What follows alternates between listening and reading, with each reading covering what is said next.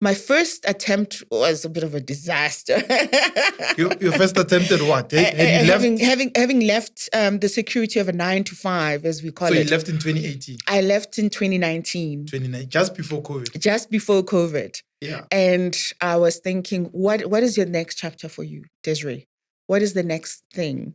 And I played around with the ideas, but having grown up in a household where my father was more entrepreneurial. You know, he used to tell us, meaning I want to work for myself. And he really did. Which industry was he in? Oh my God. He was the type of guy who would be in the car industry. He was a creative by nature, ironically. Right. And he had a long list of clients that he serviced in the retail sector. Right. Okay. But then where opportunity was, my dad was there. Whereas my mother was very much a corporate person. She began in law and gradually moved into the corporate space, also entering sort of the corporate affairs environment and having to watch her and watch him and the different types of mindsets. But ironically, later on in life, my mother was also able to use her skill set when she got to a point where she had to, the job she was in was retrenching. And she had to look at her skill set and said, okay, you know what? I'm going to start something for myself. And I watched her also start it from ground and really make a success of it. But I think in her case, corporate kept calling. But she always used to tell us, guys, you must have sort of a diversified skill set. What you're offering to be paid and be salarized for should also be used to run something for yourself. Oh. Yeah, because not all business is about a product. Sometimes it's a service-based business, which is what we are. You know, we deal with companies that have products or have services, or they want to advance certain areas or require investment and grow. So really, it's always good not to look at businesses just about, I'm going to sell water, I'm going to sell, sometimes you yourself are the skill. It takes a lot for somebody who has built a skill in a certain industry, yes, to then see it as something that's marketable and something that can be turned into an opportunity. True. When you started after having left government, right? Did you know this was a skill based on how you've maneuvered in the past? Yeah. Or you just stumbled upon it when you thought, let me start a business? No, I always knew. Because even inside the comforts of that being employed, I would work with agencies. So you would work with, PR agencies, marketing agents, advertising agencies.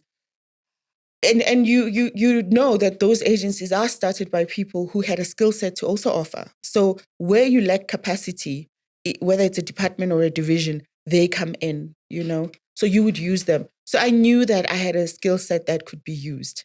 And that was something I always kept in the back of my mind. Also, I had watched my mom.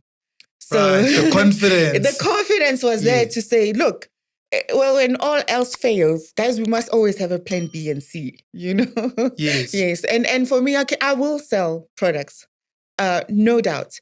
But always look at yourself as the experience you have can be utilized as a skill set. You can actually consult. And that's how big consulting firms like your KPMG, Ernst & Young, all of that, they just really big strategic consultancies that come in and assist companies in social investment issues. But why market intelligence specifically for you? For me, when I thought about it, I felt that we have markets, and markets are broad as well, which markets include sectors. So there's various sectors. And those sectors, with the skill set I have and the skill set some of my partners have, could be utilized because someone is coming in with research skills. the market requires research. Investors require research if they want to come into the market, if they want to launch a product. Someone has marketing or strategy writing. Some businesses require strategists to come in and assist them and have a bird's eye view on that, because you're not intimately involved. You're able to come in and spot the gaps and spot the blind sides that the business don't see, and then render that service. So for me, just coining it as market was to say we cater to the market, all the multi-sectors of the market, whether it's petroleum, pharmaceutical, mobility technology, renewables. We avail ourselves to that sector, dependent on what their strategy is and what they want to achieve, and where we can come in and facilitate those transitions or implement things for them or develop stuff for them.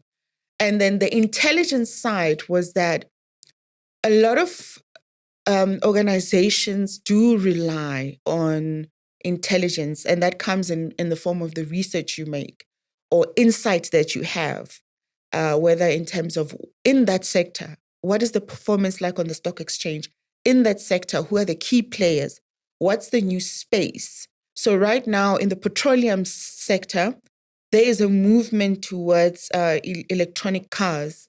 So strategically, there is change in the atmosphere, and we need to adapt to that. And also the intelligence was looking into the AI sector we're going into.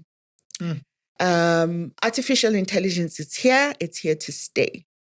Artificial intelligence need not be viewed as an instrument of taking away employment, but it needs to be viewed as an instrument of integration around your operations to be efficient and effective. We've worked with organizations that had to also incorporate that. So in South Africa, this is something that is not, it's slowly, gaining momentum. And that was the space Market Intelligence Agency wants to play in. Multi-sectoral in terms of all the markets, in terms of all market players, but providing data-driven and AI-driven, whether it's investment intelligence, whether it's data intelligence, whether it's research, is to come in and provide that high-level intelligence work to assist businesses to go into the next height.